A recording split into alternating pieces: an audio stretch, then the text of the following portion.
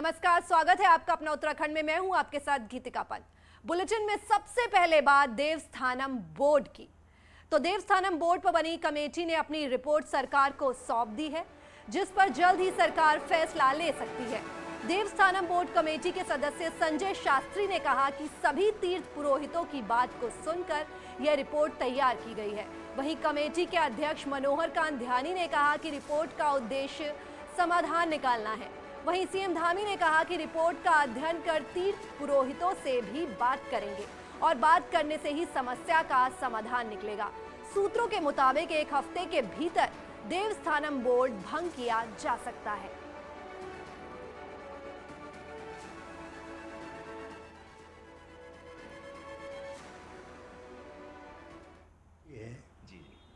कि जो जाने अनजाने दो प्रकार का होता है।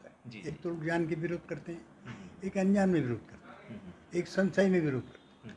तो वो उसके जो निवारण के लिए जो संभव है, उस संभव उपाय को उसमें सुझाया गया है। हम देख रहे हैं, सभी से बात कर रहे हैं। अभी मैं कोशिश करूंगा तीर्थ पुरोहितों से भी बात करूं।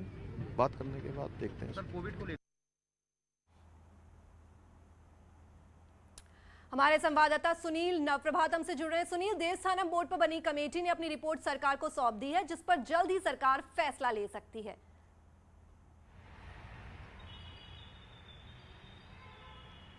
बिल्कुल गीतिका, देवस्थानम बोर्ड को लेकर पिछले 2 सालों से लगातार गतिरोध बना हुआ है। मुख्यमंत्री पुष्कर धामी ने इसमें मनोहर कांत ध्यानी की अध्यक्षता में एक हाई पावर कमेटी गठित की थी, जो सभी पहलुओं पर विचार करेगी। पंडित पुरोहितों से बातचीत जिसको करनी थी, उस कमेटी ने अपनी रिपोर्ट कल मुख्यमंत्री पुष्कर धामी को सौंप दी है अंतिम रूप से। इसके बाद एक कैबिनेट सब कमेटी बनाई गई है, जिसमें 3 मंत्री शामिल हैं। सुबोध उनियाल जो शासकीय प्रवक्ता हैं, इसके अलावा पर्यटन मंत्री जो सतपाल महाराज हैं, और मंत्री यतीश्वरानंद। 3 लोगों की एक कमेटी बनाई गई है। मुख्यमंत्री ने 2 दिन का समय दिया था कि कमेटी 2 दिन में पूरी रिपोर्ट का अध्ययन करेगी और उसके बाद जो भी एक उचित रास्ता होगा वो निकाला जाएगा।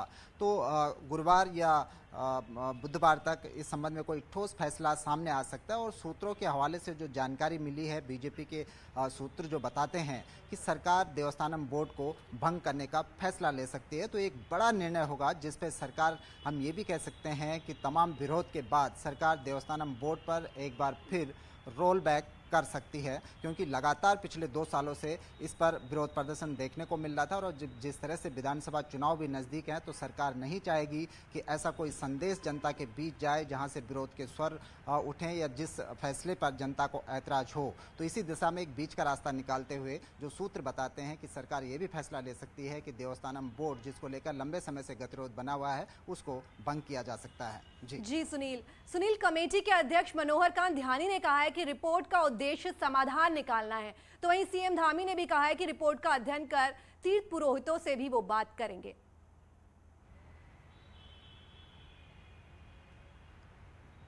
बिल्कुल गीतिका, क्योंकि आज से 2 साल पहले जब देवस्थानम एक्ट अस्तित्व में आया था, तो पंडित पुरोहितों ने सीधे तौर पर एक्ट का विरोध नहीं किया था, क्योंकि बीच बीच में ये बातें भी उठने लगी थी कि पंडित पुरोहितों का ये आक्रोश था, ये आरोप था कि जब ये एक्ट बना उनसे सहमति नहीं ली गई, उनसे विचार विमर्श नहीं हुआ। तो ये भी एक उनका आरोप था कि जो देवस्थानम एक्ट है उसमें बहुत सारे कायदे कानून ऐसे हैं जो उनके हकूकों को प्रभावित करते हैं। तो सरकार हालांकि लगातार ये बात कहती रही है कि जो देवस्थानम एक्ट है, जो देवस्थानम बोर्ड है, उसमें पंडित पुरोहितों के जो हक हकूक हैं वो बदस्तूर जारी रहेंगे, जिस तरह से उनकी परंपरा के अनुसार चलते आए हैं। इसी के मद्देनजर फिर भी गतिरोध लगातार हर लेवल पर बना रहा। मुख्यमंत्री पुष्कर धामी ने जरूर इसमें पहल की कि उन्होंने इस पर एक हाई पावर कमेटी गठित की। हाई पावर कमेटी मनोहर कांत ध्यानी की अध्यक्षता में बनाएगी, जो बीजेपी के सीनियर लीडर हैं और बद्रीनाथ के पुरोहित भी मनोहर कांत ध्यानी रह चुके हैं। तो उनकी अध्यक्षता में ये हाई पावर सुनील, धन्यवाद ये तमाम जानकारी हम तक पहुंचाने के लिए। उत्तराखंड में एक बार फिर से कोरोना के केस बढ़ने लगे हैं। ताजा मामले में कोविड के 36 नए केस पाए गए हैं, जिसमें सबसे ज्यादा पौड़ी में 19 केस पाए गए हैं। वहीं नैनीताल में 7, देहरादून में 5, उधम सिंह नगर में 1 केस मिला है, जबकि हरिद्वार और अल्मोड़ा में 2 नए केस मिले हैं। वहीं राष्ट्रपति के दौरे के दौरान ड्यूटी पर लगाए गए 12 पुलिसकर्मी भी कोरोना पॉजिटिव पाए गए हैं। इन पुलिसकर्मियों को मिलाकर कुल 19 लोग कोरोना संक्रमित पाए गए हैं। आपको बता दें कि राष्ट्रपति के दौरे के दौरान ड्यूटी पर लगाए गए 250 पुलिसकर्मियों का कोविड टेस्ट किया गया है, जिसमें 12 संक्रमित पाए गए। वहीं चक्राता में एक सैन्य अधिकारी समेत 4 जवान कोरोना पॉजिटिव पाए गए हैं। वहीं सीएम धामी आज शाम 5 बजे कोविड को लेकर समीक्षा बैठक करने वाले हैं। इधर डीजीपी ने अगले 2 दिन में प्रदेश के सभी पुलिसकर्मियों का कोविड टेस्ट कराने के निर्देश दिए हैं। हमारी जो पुलिस की ड्यूटी है वो 1000 से अधिक लोगों की लगती है और इसमें हमने जो लोग ड्यूटी पे रिपोर्ट किए थे उनको ड्यूटी पे लगाने से पहले कोरोना टेस्टिंग कराई थी, तो 7 पुलिसकर्मी पॉजिटिव आए हैं, जबकि 12 अन्य विभागों के लोग भी पॉजिटिव आए हैं। सर कौन कौन से विभागों के लोग हैं? उसमें पीडब्ल्यूडी भी है, प्रोजेक्ट डायरेक्टर भी हैं, आरटीओ के भी लोग हैं। पुलिसकर्मी 7 पॉजिटिव आए हैं, तो हमने उनको ड्यूटी पे नहीं लगाया, उनको क्वारंटाइन कर दिया गया है। और इसका एक इंडिकेशन ये भी है कि अभी जो पिछले 2-3 महीने से कोरोना कम चल रहा था, इसका मतलब कहीं ना कहीं से कोई स्ट्रेन आया है, तो अब हम उसको लगातार जो है अपने पुलिसकर्मियों की टेस्टिंग बढ़वा रहे हैं। हमारे संवाददाता सत्येंद्र हमसे जुड़े। सत्येंद्र, उत्तराखंड में एक बार फिर से कोरोना के कई केस बढ़ने लगे हैं और ताजा मामलों को देखें तो कोविड के 36 नए केस पाए गए हैं, क्या जानकारी? बिल्कुल गीतिका, क्योंकि अगर हम बात करें करीब 180 अभी भी कोरोना पॉजिटिव उत्तराखंड में अभी भी मौजूद हैं और मात्र 24 घंटे में 36 लोग कोरोना पॉजिटिव आए हैं और क्योंकि जिसमें 7 पुलिसकर्मी हैं, जिससे कि पुलिस की एक चिंताएं बढ़ गई। डीजीपी अशोक कुमार ने आज साफ तौर पर निर्देशित किया है कि उत्तराखंड के हर पुलिसकर्मी को, यानी कि जो भी पुलिसकर्मी है उसको 2 दिन के अंदर अंदर उनकी कोरोना की उनका टेस्ट किया जाएगा और वो जो पॉजिटिव होंगे उनको क्वारंटीन किया जाए, जिससे कि पुलिस में ये खतरा ज़्यादा ना फैले। तो क्योंकि अब बीते कुछ दिन से लगातार कोरोना के मामले उत्तराखंड में लगातार बढ़ रहे हैं, जिसको लेकर आज मुख्यमंत्री भी एक मीटिंग करेंगे, लेकिन लगातार जो मामले बढ़ रहे हैं जिससे कि चिंताएं तो उत्तराखंड में फिर एक बार फिर बढ़ने लगी है। गीतिका जी सत्येंद्र, धन्यवाद ये तमाम जानकारी हम तक पहुंचाने के लिए। उत्तराखंड में कोविड के मामले बढ़ते ही जा रहे हैं, जिससे प्रशासन को चिंता में डाल दिया है। वहीं लोग भी कोरोना के मामले में लापरवाह दिखाई दे रहे हैं और बाजारों से लेकर मंडियों तक ना तो सोशल डिस्टेंसिंग का पालन होता दिख रहा है और ना ही लोग मास्क लगाए नजर आ रहे हैं। वहीं बॉर्डर पर भी वाहनों की आवाजाही बरोक-टोक जारी है। हेल्थ डिपार्टमेंट चेकिंग को लेकर और पुलिस प्रशासन के साथ समन्वय बनाने की बात कर रहा है। साथ ही देर शाम सीएम की अध्यक्षता में होने वाली मीटिंग में फैसला लिए जाने की बात कही जा रही है। हमारे कोविड से डील करने की जो स्टैंडर्ड हमारे टेस्टिंग है, ट्रीटमेंट है, कंटेनमेंट जोन्स है और उन सभी पे लगातार हमारा काफ़ी उस पर जोर रहा है। लगातार स्टेट गवर्नमेंट ने अपने सारे डिस्ट्रिक्ट मजिस्ट्रेट्स को एंड चीफ मेडिकल ऑफिसर्स को कह दिया गया है कि जो नया हमारा म्यूटेंट वायरस आया है उस पर भी लगातार नजर रखेंगे और टेस्टिंग अपनी बढ़ाएंगे। कोविड के केस जैसे जैसे बढ़ रहे हैं वैसे ही स्वास्थ्य विभाग से लेकर प्रशासन के भी हाथ पांव फूलने लगे हैं और वो भी यहाँ पर सख्ती की बात कह रहा है, लेकिन धरातल पर अगर हम बात करें ऐसा होता हुआ नजर नहीं आ रहा है। लोग सोशल डिस्टेंसिंग का ना तो पालन कर रहे हैं, ना ही मास्क लोग लगाकर नजर आ रहे हैं। बॉर्डर एरियाज की बात करें तो यहाँ पर भी आप देख सकते हैं किस तरीके से गाड़ियों की आवाजाही जो है वो लगातार जारी है और चेकिंग को लेकर जो निर्देश देने की बात की जा रही थी वो फील्ड पर अगर हम कहें तो वो ऐसा होता हुआ नजर नहीं आ रहा है। सिर्फ कागजों पर ही या फिर जुबानी ही ये चीजें होती हुई नजर आ रही हैं। इसके अलावा लोग जो है वो भी सतर्क नजर नहीं आ रहे हैं। कोविड की तीसरी लहर के केसेस एक बार फिर से लोगों की परेशानी बढ़ा सकते हैं अगर इसी तरह की सिचुएशन रही। भारती सकलानी, न्यूज़ 18 देहरादून। 4 दिसंबर को पीएम मोदी के दौरे की तैयारियां तेज हो गई हैं। देहरादून में परेड ग्राउंड में पीएम मोदी की जनसभा होगी। आज सीएम धामी परेड ग्राउंड पहुंचे और तैयारियों का जायजा लिया। उनके साथ बीजेपी प्रदेश अध्यक्ष मदन कौशिक भी साथ में रहे। सीएम धामी ने बताया कि 4 दिसंबर को प्रधानमंत्री 4000 करोड़ की योजनाओं का लोकार्पण और 26,000 करोड़ की योजनाओं का शिलान्यास करेंगे। 4 दिसंबर को माननीय प्रधानमंत्री जी की एक विशाल जनसभा जिसमें लाखों लोगों को संबोधित करेंगे, उसकी तैयारियों के लिए हम लोग यहाँ पर आए हैं। सारी तैयारियाँ देख रहे हैं कि किस प्रकार से हमारे यहाँ पर किस प्रकार की व्यवस्था होनी है, उसी के संबंध में हम लोगों ने चर्चा की है। माननीय प्रधानमंत्री जी उस दिन जो लगभग 4000 करोड़ की योजनाएं जो पूरी हो गई हैं उन योजनाओं का लोकार्पण करेंगे और 26,000 करोड़ की योजनाओं का शिलान्यास करने वाले हैं। उसके अलावा जो अन्य योजनाएं हैं उनका भी हम अभी समीक्षा कर रहे हैं कि कौन कौन सी योजनाएं शिलान्यास और लोकार्पण के लिए तैयार हैं। उसी संबंध में हम लोग यहाँ आए हैं। सीएम पुष्कर सिंह धामी सितारगंज पहुंचे हैं। उनके साथ पूर्व सीएम विजय बहुगुणा और विधायक सौरभ बहुगुणा भी मौजूद हैं। सीएम ने आज किसान सहकारी चीनी मिल का शुभारंभ किया।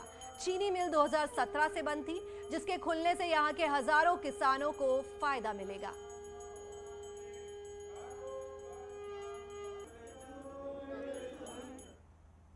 जोशीमठ के रविग्राम खेल मैदान में उस समय अफरा तफरी मच गई जब एक निजी कंपनी का हेलीकॉप्टर एक मैदान में उतरने की कोशिश करने लगा। अचानक धूल उड़ने के कारण हेलीकॉप्टर मैदान में नहीं उतर पाया। आसपास के लोगों को हेलीकॉप्टर उड़ने की जानकारी नहीं थी। स्थानीय खिलाड़ी खेल मैदान में क्रिकेट टूर्नामेंट की तैयारियां कर रहे थे।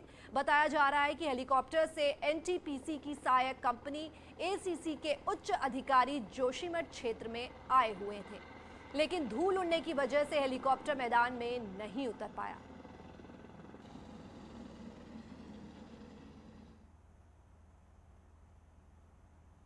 जोशीमठ नगरपालिका के कूड़ेदान में सुबह सुबह भालू दिखने से लोगों में दहशत फैल गई। हर रोज सुबह बद्रीनाथ राष्ट्रीय राजमार्ग पर भालू दिखाई देता है और मॉर्निंग वॉक करने वाले लोगों के लिए खतरा बना रहता है।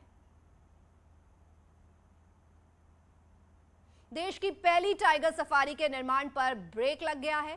कॉर्बेट में चल रहे निर्माण पर अवैध कटान के आरोप के बाद रोक लगा दी गई है। आपको बता दें कि सीएम धामी ने फॉरेस्ट चीफ समेत 4 अफसरों और कार्रवाई की थी और वन मंत्री ने इसी हफ्ते लोकार्पण का प्लान किया था। ये टाइगर सफारी 106 हेक्टेयर में बन रही थी।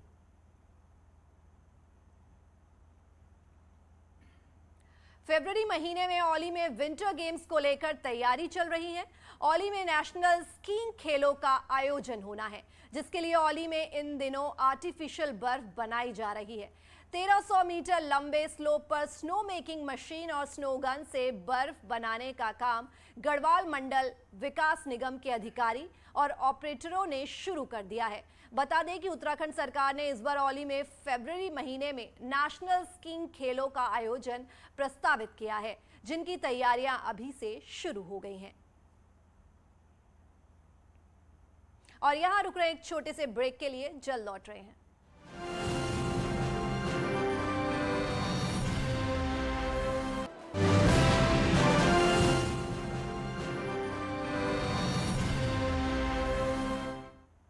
देहरादून से खबर है, जहां चेक बाउंस होने के मामले में आम आदमी पार्टी की प्रदेश प्रवक्ता उमा सिसोदिया समेत 7 लोगों के खिलाफ मुकदमा दर्ज किया गया है। पुलिस ने बताया कि कोर्ट के आदेश के बाद ये केस दर्ज किया गया है। शिकायतकर्ता सुभाष भट्ट ने कोर्ट में प्रार्थना पत्र देकर बताया था कि मामला 2018 का है और चेक को 2020 में इस्तेमाल किया गया था। उत्तरकाशी से खबर है, जहां यमुना घाटी में नशे का कारोबार थमने का नाम ही नहीं ले रहा। बड़कोट पुलिस और एसओजी टीम ने नेपाली मूल के एक व्यक्ति से 1 किलो 900 ग्राम चरस के साथ गिरफ्तार किया है। भाटिया बेंड के पास चेकिंग के दौरान पुलिस को यह सफलता हाथ लगी है। पुलिस ने आरोपी के खिलाफ मुकदमा दर्ज कर जेल भेज दिया है। कांग्रेस नेता सलमान खुर्शीद के नैनीताल स्थित घर में आगजनी के मामले में आज आरोपी कुंदन चिलवाल की याचिका पर हाईकोर्ट में सुनवाई होगी। कुंदन चिलवाल ने अपनी गिरफ्तारी पर रोक लगाने की मांग की है। आपको बता दें कि कुंदन पर आगजनी और गोलीबारी का आरोप है। फिलहाल इस बुलेटिन में सिर्फ इतना ही। आगे खबरों का सिलसिला यूं ही जारी रहेगा।